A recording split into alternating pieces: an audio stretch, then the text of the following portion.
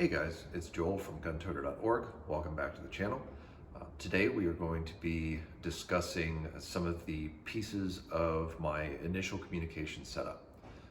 Now, before we get into that, if you go down in the corner, like, share, subscribe, hit those notifications so you know when I post a new video. And if the videos that I make are useful to you, if you go down in the description down below, check out our Patreon page and support us. We do buy all the gear that we review here. We don't get anything for free. And your Patreon contributions help us offset some of the cost of buying this gear. Now, with all that said, let's kind of get into the purpose of today's video. The last couple videos, we kind of talked about the theory behind comms, right? We talked a little bit about why we are worried about comms, why comms is important in operations, and then also some of the different frequencies and different services that are available for us to use when we are doing our communications, whether that's for a disaster relief scenario or some sort of end of the world scenario. Whatever it is that you're preparing for, comms are obviously very important. But I know this channel, typically a lot of the subscribers really like reviews about individual gear versus kind of the larger theoretical stuff. So I wanted to head into that. And what I have here that you can see is my initial comms setup on my plate carrier. And we are going to talk our way through some of the individual pieces.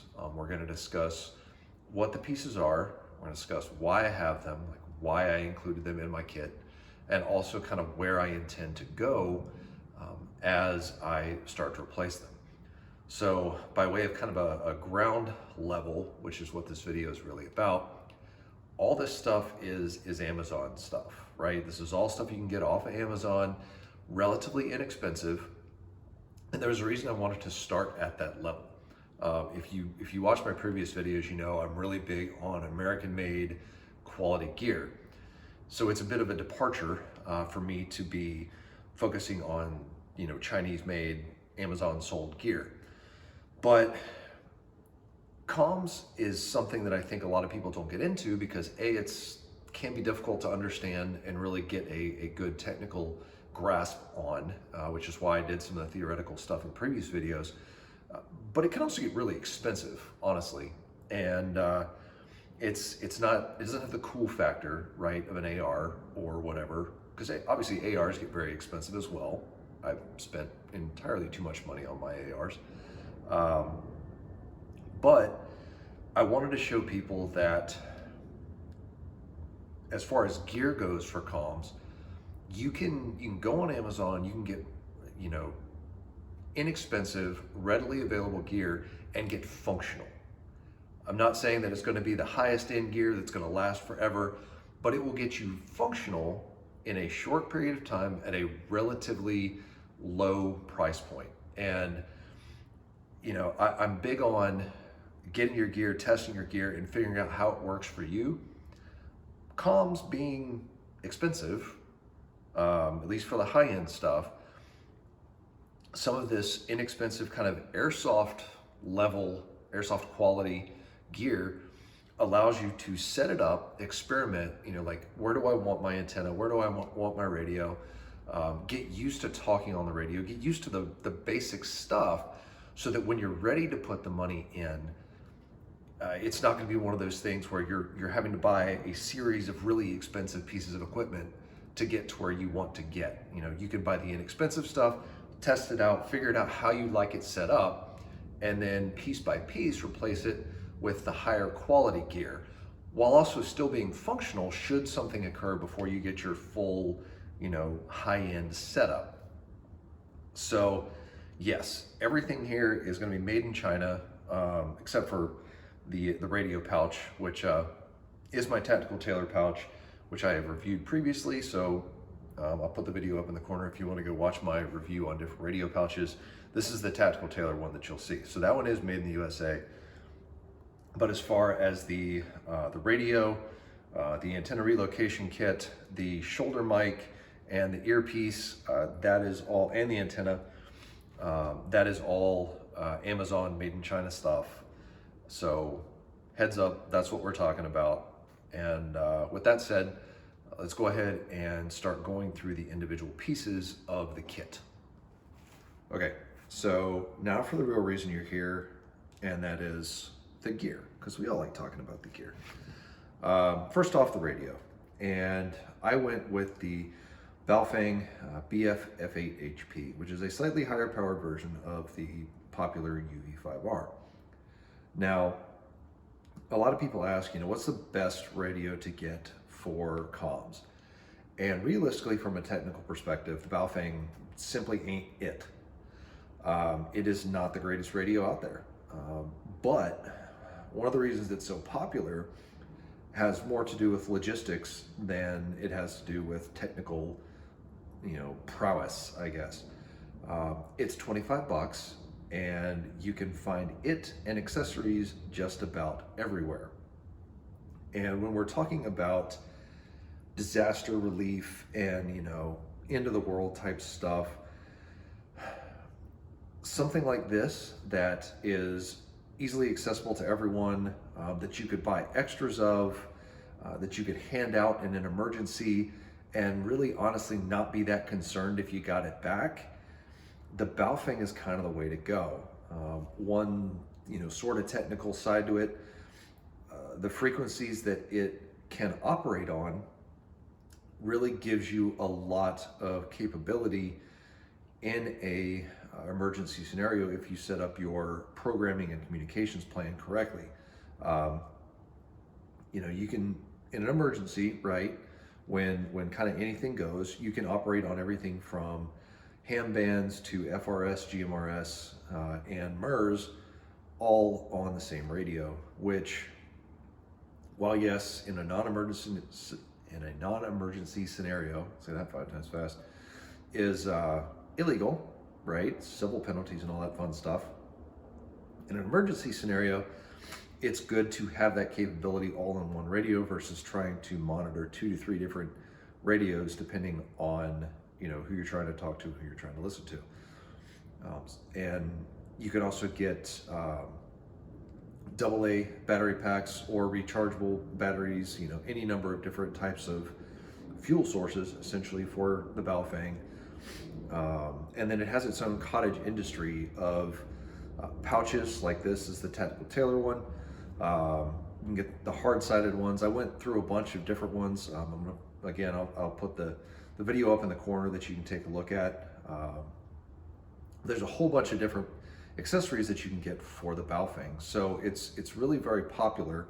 And again, it comes more from a logistical side of things than it comes from a technical side of things. So accessory gear for this that I have on there right now, you can see this little wire is going to be my speaker mic here, which I have actually put an earpiece on. And then also you can see here, this is my antenna relocation kit, which comes back here to this short blade antenna. Now, why did I use the speaker mic? Simplest answer being, the way this kit is set up, I don't want to have to pull my radio out every time I want to talk on it. And because this is, a $25 radio, I am not quite to the point where I am going to run a $300 headset on this $25 radio. That's not to say I won't get there eventually, but right now, again, experimenting with the system, I wanted to get barely functional at a reasonable price point, and an inexpensive speaker mic like this one is a good way to do that. With that said, I put the earpiece on there. The reason for the earpiece is you don't necessarily want everyone to hear all the comms that are coming out of your speaker mic. And it's not just, because you want to keep things secret or whatever.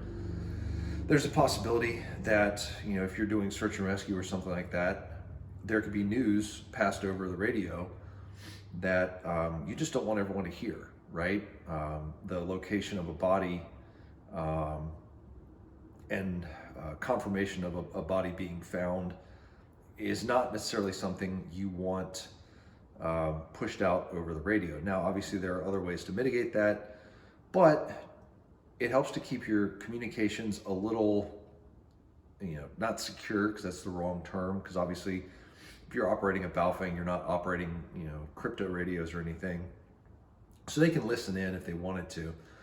But, if you're around a group of people that maybe you don't want hearing the conversations, and assuming they're not actively monitoring your frequencies, having the earpiece can just kind of cut down on the amount of radio traffic that's getting out. Not to mention in a group setting, if there's like 6 of you standing around, that just cuts down on the noise pollution, if nothing else. Cuts down on just the amount of noise and feedback and confusion if you're not constantly hearing transmissions from everyone around you. So that's why I went with the earpiece. As far as antenna relocation, for those of you again who have watched previous videos where I reviewed the pouches, you saw how annoying it was to have an antenna sticking up right here in your face. Also, if you're doing this for more of a defensive scenario, getting that antenna out of the way so that you have less junk in the front of your kit here, so that you can get to your magazines and you can manipulate your weapon back and forth. Relocating that antenna is really helpful. It just helps with the clutter. This is an inexpensive antenna relocation kit. The company that makes this back piece here is, I think, Krydex or something. Yeah, Krydex. Again, Amazon, Chinese. It's basically a copy of the TCI mast, which was really super popular for a while. It is basically an airsoft version of that. It's not too bad. There's some things I don't like about it. The big thing I don't like about it is the fact that this is not a 90-degree. I would really like a 90-degree, just because it would get this a little bit lower profile. And in this particular pouch, it's not that big of a deal. But if you were using like an improvised pouch where you had a flap that came over, or if it was just more of a issue of having premium space, having a 90-degree come out of there would be, I think, a more useful setup. And in this particular case, the way that they have this wired and the way they have the connectors wired, you can't, to add a 90-degree on here, you would have to add 2 different adapters. The more, typically speaking, from a technical perspective, the more adapters you add, the more problems you're introducing into your communication setup. So I don't really like the way that's set up. The other thing is right here, you can see I kind of have a little bit of a rubber washer. The rubber washer actually didn't come with the relocation kit, it came with the antenna. The idea being that it would help seal off this area under here, because if that rubber washer wasn't on there, the mating surface between the relocation kit and the actual antenna jack here would be very open, and it's an easy way for moisture to get in there. These aren't the most durable radios in the first place, so you really want to minimize any additional failure points above the durability itself. So I don't like the fact that it doesn't mate very well here. As far as the actual antenna holder back here, it's reasonably well made. So I don't really have a lot of complaints about it, other than the fact that it is obviously a ripoff of a US made product. So that's my really only complaint about that. The actual, quality of it doesn't seem too bad, all things considered. And then obviously we have the little blade antenna here. A lot of people are really getting into more of the weavable antennas, and there are some advantages to those, but there are also some advantages to the blades when it comes to being able to transmit longer distances. So for me, I personally like the blade. Again, it's a cheap Chinese copy, but it's functional. And again, that's kind of the key to why I went with the inexpensive Chinese stuff. I got functional, and I got functional fairly quickly. without having to spend a ton of money, again, because I'm going to be experimenting with all this stuff, and it is not in its final form by any stretch of the imagination. And then for cable management right now, obviously I do have some of it woven through, and then the rest of it, all I did was just use some one wrap just to kind of trap it. As I move on, you know, when I'm not going to be moving wires and stuff constantly, I'll probably go for a more, not permanent solution, but I'll probably be looking at weaving things actually in through the kit a little bit more. But for now, the one wrap makes it really easy to remove and also reposition as I play around with it. Some of the things that I want to experiment with and kind of move forward on, first thing I'm going to do is actually attempt to adapt my speaker mic here to a set of Howard lights. I'm going to take the jack here, use an auxiliary cord, put it into the auxiliary port on the Howard light headset to kind of give me an inexpensive tactical headset, right? Now, if I'm not worried about hearing protection, this setup would work fine. But if I'm worried about hearing protection, me personally, I have to wear over the ears. It's just kind of, I need that level of protection. So I'm going to experiment with connecting the Howard lights to the speaker mic and see how that works as a kind of an inexpensive tactical headset. Not near as cool as like Peltors or something like that, but we're going to see if we can at least make it functional. Again, inexpensive and functional as quickly as possible. I'm also going to be looking at Disco 32. A couple of things from Disco 32. Their antenna relocation kit is a higher quality, obviously, relocation kit. It does have the 90-degree that I like, so I'm going to be looking at that. It's also, the wires themselves and the connections are more reinforced than what, you know, this Chinese version is, and I want that extra durability. So I'll be looking at a lot of their antenna relocation kits. I'm also be looking at some of their push-to-talks to attempt to integrate, you know, a Peltor or some other sort of tactical headset with the Baofeng. They have the adapters for that, the push-to-talk adapters. So that's an experiment I'm also going to be working with. And pardon me, last but not least, I'm also going to be working with some of the weavable antennas, right? So obviously I told you I like the blade antennas more, but I also want to take a look at the weavables so that I can get those reviews for you.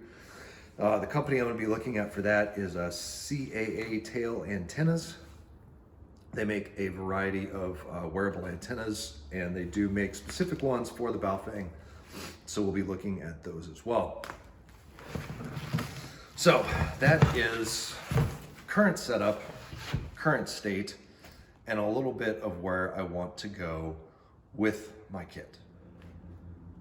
Okay, so that is the overview of my current state. Once again, it's the beginning state of my comm setup, and it is going to change. I guarantee you when I'm done with this, it might appear similar, right? Like I might have stuff in similar places, but I can pretty much tell you that probably the only thing that will be the same at the end of this is going to be probably the radio.